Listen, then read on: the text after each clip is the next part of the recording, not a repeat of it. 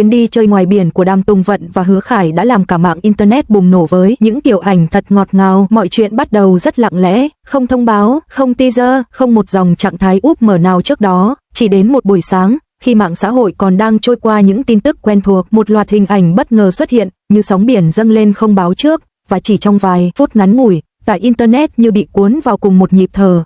Đàm Tùng Vận và Hứa Khải, biển, ánh nắng, những khoảnh khắc quá đỗi tự nhiên, không phải ảnh quảng bá, không phải ảnh chụp theo concept cầu kỳ, mà là những bức hình mang cảm giác đời đến lạ, như thể ai đó vô tình bắt gặp hai người đang sống những ngày rất bình thường, rất riêng. Trong bức ảnh đầu tiên, Đàm Tùng Vận đứng sát mép nước, váy nhẹ bay theo gió biển. Cô không nhìn thẳng vào ống kính, ánh mắt hướng ra xa, nơi đường chân trời hòa tan giữa xanh trời và xanh nước. Nụ cười không rõ ràng, nhưng đủ để người ta cảm thấy cô đang rất thoải mái. Hứa Khải đứng phía sau, nghiêng người một chút, như để chắn gió cho cô. Anh cũng không nhìn ống kính, ánh mắt đặt ở cô, rất tự nhiên, rất quen thuộc, không mang theo chút cố ý nào. Chính khoảnh khắc ấy đã khiến cư dân mạng đứng hình, không phải vì họ quá thân mật, mà vì họ quá bình yên. Những bức ảnh tiếp theo xuất hiện như từng con sóng nối nhau. Có tấm Hứa Khải cầm máy ảnh, còn Đàm Tùng Vận cúi đầu xem lại ảnh, vai hai người chạm rất khẽ.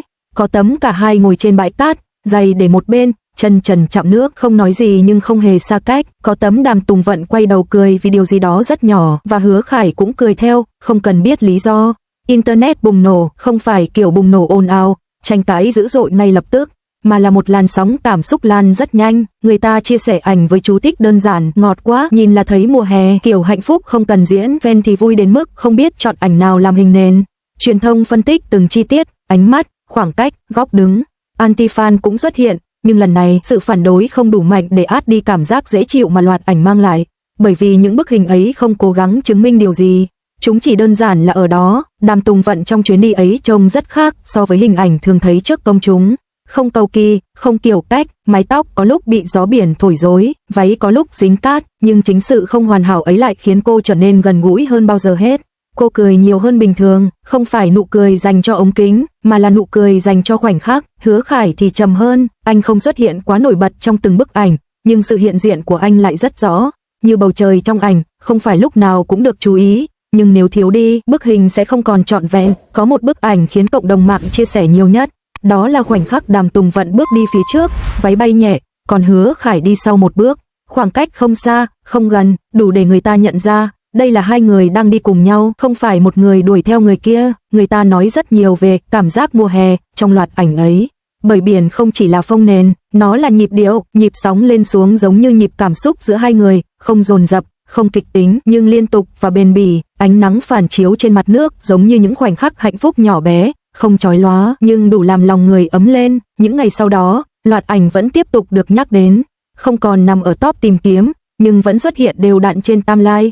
Mỗi lần được nhìn lại, người ta lại thấy một chi tiết mới, một ánh mắt, một cử chỉ, một khoảng lặng rất đẹp. Đàm Tùng Vận không lên tiếng giải thích, Hứa Khải cũng không phản hồi chính thức. Sự im lặng ấy không gây khó chịu, ngược lại, nó khiến mọi thứ càng trở nên thật hơn.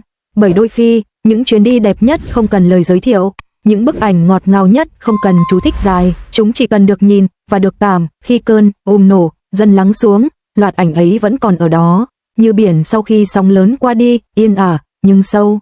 Và có lẽ, điều khiến internet rung động không phải là việc họ đi cùng nhau, mà là cách họ ở bên nhau, không phô trương, không chiếm hữu, chỉ là hai con người, giữa biển trời rộng lớn, chọn đi chung một đoạn đường, rất tự nhiên, rất dịu dàng. Chuyến đi biển ấy không chỉ dừng lại ở những bức ảnh được đăng lên mạng, nó tiếp diễn trong những khoảnh khắc rất nhỏ, những khoảnh khắc mà ống kính không kịp ghi lại, nhưng lại là thứ khiến cảm xúc ở lại lâu nhất. Buổi sáng hôm đó, biển rất yên, không phải kiểu yên tĩnh tuyệt đối, mà là sự yên ả có nhịp điệu.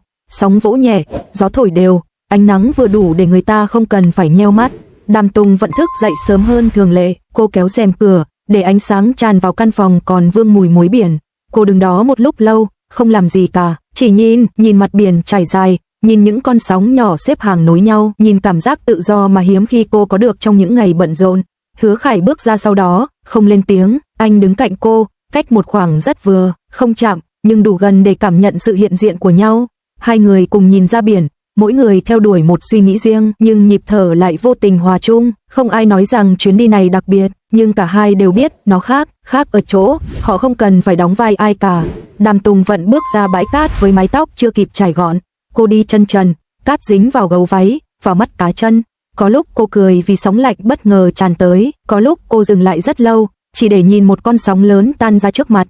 Hứa Khải đi phía sau, chậm hơn một nhịp, không phải vì anh không theo kịp, mà vì anh quen với việc để cô đi trước. Có những khoảnh khắc anh giơ máy ảnh lên, rồi lại hạ xuống. Không phải lúc nào cũng cần chụp, bởi có những cảnh, nếu giữ lại trong lòng, sẽ đẹp hơn là lưu trong thẻ nhớ.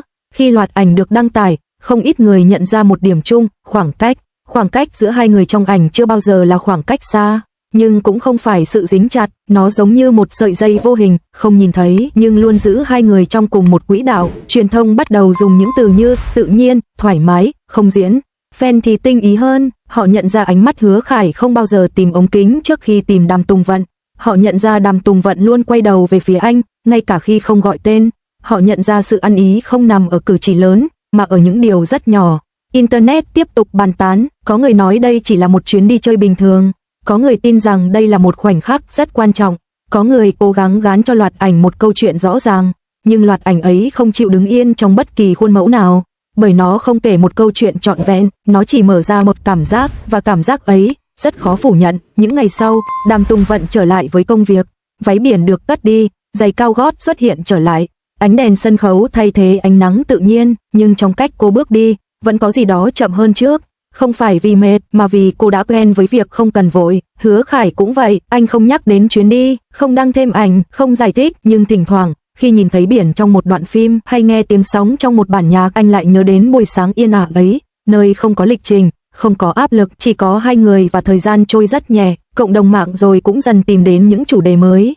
Ảnh biển không còn xuất hiện dày đặc, hashtag không còn ở vị trí đầu, những cuộc tranh luận cũng lắng xuống, nhưng không biến mất. Loại ảnh ấy trở thành một thứ gì đó giống như ký ức tập thể, thỉnh thoảng được đào lại, thỉnh thoảng được nhắc đến. Mỗi lần như vậy, người ta lại cảm thấy một chút dịu dàng quen thuộc, giống như khi nhớ về một mùa hè cũ, không cần phải sống lại, chỉ cần biết rằng nó đã từng rất đẹp. Và có lẽ điều khiến chuyến đi biển ấy trở nên đặc biệt không phải là việc nó làm internet bùng nổ, mà là việc sau tất cả những ồn ào, nó vẫn giữ được sự yên tĩnh vốn có. Giống như biển, dù sóng có lớn đến đâu, sau cùng, mặt nước vẫn phẳng lặng. Đêm cuối cùng ở biển đến rất khẽ, không có cảm giác vội vàng, cũng không mang theo chút nuối tiếc rõ ràng. Chỉ là khi mặt trời lặn hẳn, và bầu trời chuyển sang màu xanh sẫm quen thuộc, Đàm Tùng Vận chợt nhận ra, thời gian ở đây sắp kết thúc. Cô bước ra ban công, mang theo một chiếc áo mỏng. Gió biển về đêm không lạnh, chỉ đủ mát để người ta tỉnh táo hơn. Sóng vẫn vỗ đều, âm thanh lặp lại như một lời thì thầm không có điểm kết. Cô tựa vào lan can, nhìn ra xa, không nghĩ đến ngày mai, không nghĩ đến lịch trình, không nghĩ đến những gì đang chờ mình khi trở về. Lần hiếm hoi, cô cho phép bản thân ở trọn trong hiện tại. Trong lòng cô có một cảm giác rất lạ, không phải vui, cũng không phải buồn, mà là một sự đầy đặn yên bình, như thể cô vừa đặt xuống những điều nặng nề mà mình đã mang theo quá lâu. Cô nhớ lại những khoảnh khắc ban ngày, cát dưới chân, nắng trên vai, và một người luôn ở gần, nhưng không bao giờ khiến cô thấy bị bao quanh. Đàm Tùng Vận chợt nhận ra, đã rất lâu rồi cô mới có một chuyến đi mà mình không cần phải giữ hình ảnh, không cần phải tính toán góc nhìn, không cần phải cẩn trọng với từng biểu cảm. Cô được phép mệt, được phép im lặng, được phép không hoàn hảo. Biển đã cho cô điều đó, và người đi cùng cô cũng vậy. Cô khẽ mỉm cười trong bóng tối, không phải nụ cười để ai nhìn thấy, mà là nụ cười dành cho chính mình, khi nhận ra rằng có những bình yên không đến từ nơi trốn, mà đến từ người ở bên. Trong đêm ấy, Đàm Tùng Vận không cầu mong điều gì cho tương lai. Cô chỉ thầm nghĩ, nếu sau này có nhớ về biển, cô sẽ nhớ về cảm giác này, cảm giác được sống chậm lại, được là chính mình, và được ở cạnh một người không cần phải cố gắng. Suy nghĩ của Hứa Khải khi ảnh đã lan khắp mạng, khi những bức ảnh bắt đầu lan nhanh trên mạng, Hứa Khải biết điều đó sẽ xảy ra. Anh không bất ngờ, cũng không lo lắng, chỉ là một cảm giác rất bình thản. Anh nhìn những bức ảnh ấy, không phải bằng con mắt của người trong cuộc, mà bằng con mắt của một người đã sống trọn trong khoảnh khắc đó. Có những tấm ảnh anh nhớ rất rõ, có những tấm anh không nhớ ai đã bấm máy, nhưng trong mỗi bức, anh đều nhận ra một điều, mọi thứ đều là thật. Không sắp đặt, không diễn, không cần giải thích. Anh thấy Đàm Tùng Vận trong ảnh, quen thuộc đến mức gần như không cần nhìn kỹ. Anh biết nụ cười ấy xuất hiện khi cô thật sự thoải mái, biết ánh mắt ấy là khi cô đang nghĩ về điều gì đó rất riêng. Khi truyền thông bắt đầu phân tích, khi fan bàn tán, khi anti-fan cố tìm ra những điểm đáng nghi, Hứa Khải không phản ứng. Không phải vì anh không quan tâm, mà vì anh hiểu, những gì quan trọng nhất không nằm trên màn hình. Anh không cần internet tin, anh chỉ cần biết chuyến đi ấy đã để lại điều gì trong lòng hai người. Có những lúc anh tự hỏi, liệu sự yên bình ấy có bị ảnh hưởng bởi sự ồn ào bên ngoài không? Nhưng rồi anh nhận ra, nếu một điều đủ vững vàng, thì thì tiếng ồn chỉ lướt qua bề mặt, biển vẫn là biển, dù có bao nhiêu người đứng trên bờ bàn tán. Hứa Khải tắt màn hình, đặt điện thoại xuống, anh nhìn ra ngoài cửa sổ, nơi ánh đèn thành phố không giống ánh nắng ở biển, nhưng vẫn đủ sáng để người ta thấy đường. Trong đầu anh, hình ảnh buổi sáng hôm đó hiện lên, khi hai người đứng cạnh nhau, không nói gì, chỉ cùng nhìn ra xa. Anh nghĩ, nếu sau này không còn những chuyến đi như thế nữa, thì cũng không sao, bởi vì điều quý giá nhất của chuyến đi ấy, anh đã mang theo rồi. Không phải trong máy ảnh, mà trong cách anh nhìn thế giới chậm lại một chút, và trong cách anh hiểu rằng, có những khoảnh khắc không cần được bảo vệ bằng lời nói, chúng tự biết cách ở lại.